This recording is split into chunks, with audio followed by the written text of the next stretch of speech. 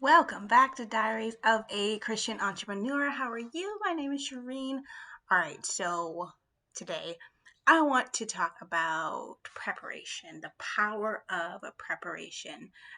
This is a topic that is near and dear to my heart because we talk about my favorite story, which is the story of Joseph and how how God is preparing you for something amazing and something big, and it's going to be incredible. So we are going to talk about this Genesis 37. If you want to follow along, we're going to start from there. But this is my favorite story because to me it says so much things. So Genesis 37 is where we are starting, right? We know that Joseph was not liked by his brothers. He was favored by his dad, right? So right here, it says Joseph was 17 years old, right? Where this is where he talks about his dream and he tells his brother about his dream, right? And he literally says the bundles of grain, right, will gather and bow down to my bundles of grain, right? He basically saying that you are in fact going to bow down. You are going to bow down. Now, of course, just like I think anybody else would, they're just like, so what are you trying to say? Are you literally telling me that you're going to be, you think you're a king, basically? You think you are a king that I'm going to bow down? That would never, ever happen. I feel like that would be a lot of our responses. Like, who do you think you are? You think that you are better than me. So the Bible says that they hated him um, so much, even more so because of the way that he talked about this dream. Pause. So, isn't it interesting the way that we talk about our goals? Don't you find that there are people in your life that talk down on your goals, right? You start talking to your friends, right, about the thing that you are planning to accomplish or will accomplish, and they start saying things like, I don't know if you can do that. Mm, that might be reaching too high, right? Um, mm, I don't think that is for you. There are people in your life that say things like that when you start talking about your assignment, your calling, and the goals that you have for your life. Am I lying? There are definitely people who do that. So notice that that is already happening. And this is not his friends, this is his family members. That also happens where you are speaking into existence, you are talking about everything that you know is going to happen for you. And I say that I say that because God has placed a calling in on you, right? You have an assignment. God obviously knows what it is because he made it for you. Like, you were made to fulfill this purpose, right? This is not a conference call.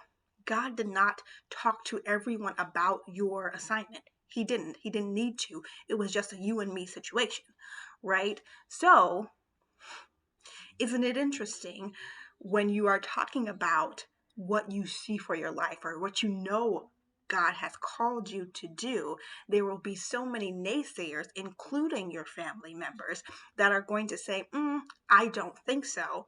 That is not what you're supposed to be doing. I don't think you can handle that. All of the things, right? All of the things. And then, if we go down further, Joseph had another dream, and again he told his brothers about it. Listen, I had another dream. This time, the sun, the moon, and 11 stars, very specific, bow down low before me. This time, he told the dream to his father as well as his brothers.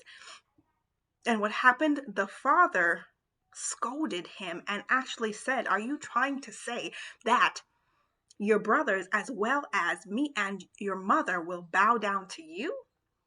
I think not. He actually scolded him while also wondering, what the dream meant. Isn't it also true that your parents will do the same thing? Now, of course, sometimes your parents do it out of love, or they think, they know what's best for you. But again, this isn't a conference call. Sometimes your parents will poo-poo on what it is that you tell them about your goals. Like, you tell them about what God has for you. And sometimes they say, I don't, again, I don't know that to be true. And a lot of times it's not out of them being bitter or angry or anything else, which your friends can sometimes be that way. But for them, it's that they cannot see that happening in their life, or they just can't see that, and they want what's best for you, and maybe they don't want you to get your hopes up, and all of these things could be true, that they poo-poo on your goals and your dreams, even though you know that this is what you are supposed to be doing, right? Isn't that true? So we know that what happens is Joseph gets sold into slavery at 17 years old. He eventually lands with Potiphar, who is the captain of the guard. He's the captain of the guard, right? And he worked, and he was very successful in everything that he did. That what happened eventually, Potiphar put him in charge of everything, right? The only thing that he wasn't in charge of is what Potiphar ate. So he was in charge of everything. Let me get down here. He was in charge of everything. And then what happened then? You can read more of the story to go in depth, but then Potiphar's wife comes on to Joseph, right? And it didn't just happen once. She did it actually day after day. It says she came on to him, and he said, no, that would definitely be wrong. And, she wasn't taking a no for an answer, right?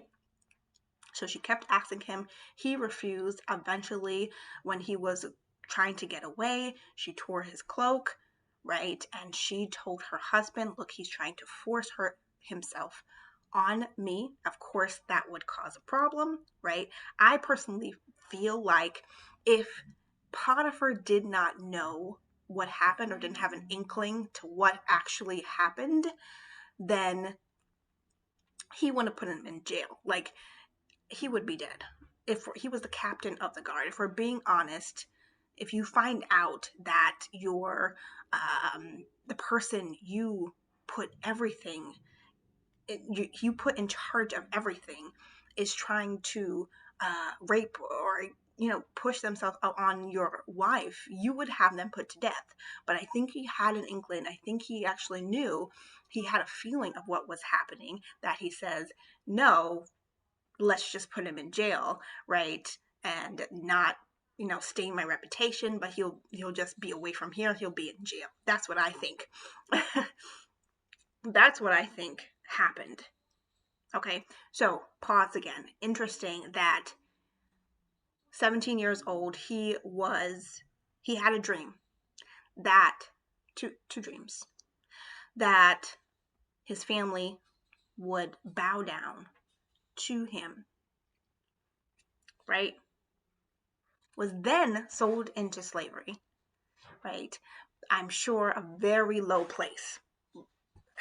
You're being sold into slavery. That is a very low place in your life. Then gets with Potiphar in his house and moves up the ranks to be in charge of everything. Then, bad news again, he gets thrown into prison. So we have this roller coaster of events, which is honestly what happens to us in our lives, right? We have a calling, we have a purpose, and we go after goals, right? And we know, because I believe if you are doing some talking to Jesus, like if you are talking to Jesus and you know what it is that you are supposed to do, right? You got an idea, right? But you get knocked down, right? You get sold into slavery, right? You get back up, you start doing what you're supposed to do, you are on a high, right? And then you get knocked back down, right, by the naysayers or people who feel like you can't do that, or all of these things, or something happens and it puts you off, right? And we go through that ups and downs all of the time, much like what is happening here.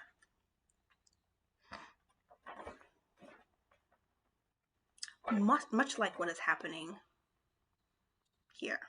And then what is the ending of that story? Joseph is in prison, right? And then he interprets dreams. He interprets two prisoners' dreams. You can go into more depth with that when you read it. But when he does that, the person who gets out of jail, right? He says, "Remember me, because I interpreted your dream." The person, the baker, right, forgot about him, and it was 2 more years before he was asked to interpret Pharaoh's dream. And of course, we know what happens after that. He becomes second to only Pharaoh. So again, we have sold into slavery. We have moved up the ranks to Potiphar. We have went to prison. Then we have went all the way back second to no one except Pharaoh, right? So, and then what happens after that? The ending of the story. The two dreams, the vision that he has always had since he was 17 years old, he becomes second to Pharaoh at 30 years old. So the dream that he has always had since he was a kid, right, comes to pass when his brothers come, right, because of the famine, and bow down before him. Not once, because they left and came back twice, which is exactly what was said was going to happen. And God told him this is going to happen. So this is my favorite story because there is power in preparation, right? There is power. Everything that God said was going to happen happened exactly how he said it was going to happen. He did not tell him about the ups and downs and being in prison, and you would be accused of rape. Like, he didn't tell him all of that stuff, right? But what happened at the end was it came to pass. So are you doubting what you know God has for you? Because I feel like we know, a lot of the time we know, right? We know what God has for us. But there is all of this doubt because there's the naysayers. And the minute we get some steps ahead, we're knocked back down, right? We feel like I'm making a progress. We get knocked back down, right? And then a lot of us quit whatever it is that we are doing, right? But if you know what God has for you, right, there should be no doubt that this is going to come to pass. It is a reoccurring theme throughout the Bible, but this is just my favorite one because this is a person that went through it all, the roller coaster, right? But it happened. What came to pass was exactly what he said was going to happen, right? The end result was exactly how he dreamed it. So there is power in the preparation. He is preparing you in everything that you go through. He's preparing you to rely on him, right? He is preparing you for your future success, right? He's preparing you for those goals that you have that will come to pass. He's preparing you for that, all of those things, because believe me, who you were before, who you were yesterday, probably cannot take everything that is going to be given to you, right? So there's so much growth, I'm sure, that Joseph had to go through to get to where he was, and all of that pain, because there's going to be some painful things that we go through, and all of that pain and all of those things that happened. And I am quite sure that there had to be some times where he felt this is a lot, right? Don't think that he doubted the end, right? Because he know what God said would come true. I don't think he doubted that, which we should not either. But I definitely think that there were feelings involved here of, man, this is a lot I'm going through, right? Going through a lot. It's a lot of stuff, right? But he trusted, definitely so. We know that he trusted and that what was said would come to pass, right? So he's preparing you for these things. He's preparing you for the family. He's preparing you for the kids that you ask for the spouse. He's preparing you for that success, that job, right? He's preparing you for that business that's going to blow up. But he cannot, if you don't walk your path, if you don't trust, if you are constantly doubting, right? Why? If you know that this something is for you, this is what you are supposed to do, you cannot let the people, the naysayers and all the talk and everyone deter you. So many people giving up to deter you from what you are supposed to be doing. There's nothing anymore, especially for me. There's nothing nobody can say to deter me from what I know I'm supposed to be doing. Because I didn't have a talk with you. You it's just me and God. He is the one that I am relying on, that I'm talking to, right? You don't have a say here, unfortunately. You just don't, right? If he says that I'm supposed to be doing something, that is what I am supposed to be doing. If he tells me my assignment, my calling, that is it. He is preparing you. Trust that he is preparing you because he's making in that interim, in that waiting, he is making you stronger. He is making you more resilient. He is making you rely on him, right? He's making you more faithful. He is preparing you. There's so much power in that preparation time that I feel like we don't even think about. There is so much power there, you know, there is so much power there that would not have happened, emerged, if we just took the shortcut. If we just wanted to, yeah, Joseph had the dream, 17 years old. The next day something happened. He became king. Do you think he would have, I'm not king, he became second to Pharaoh. Do you think he would have been productive in that position if he had not gone through those things? Right? Definitely not. Why we should think about this, I'm going to leave it here. Why do you think you have not achieved that goal yet? Why do you think you're not where you want to be yet? You're trying to accomplish something, or you're praying for something and it hasn't come to pass yet, right? But God says this is what it's going to be. This is what's going to happen. Right? But it hasn't happened yet. Instead of being angry and bitter and doubting that it will ever happen, instead of that, why don't we think about what is left for me to learn in the preparation? What do I need to get from this season in my life? Because this is the time of preparation, right? I know personally that I am not where I was at all. I also know that I'm not yet where I want to be, where I am going. But I know where that is. I have spoken to God numerous times. It is clear as day in my head what that is. I know I'm not there yet, but I know I still have preparation time for sure. I can feel that. I know that. And in this interim, in this time, he's preparing me for that promised land. He's preparing me for what is over there. So think about that, in that what is left to be learned here. What is this preparation season for? There is power in that preparation, and it is preparing us, of course, for what we are called to do. right? Yes. If you have any questions or thoughts on that, I would love to see it down below. Okay?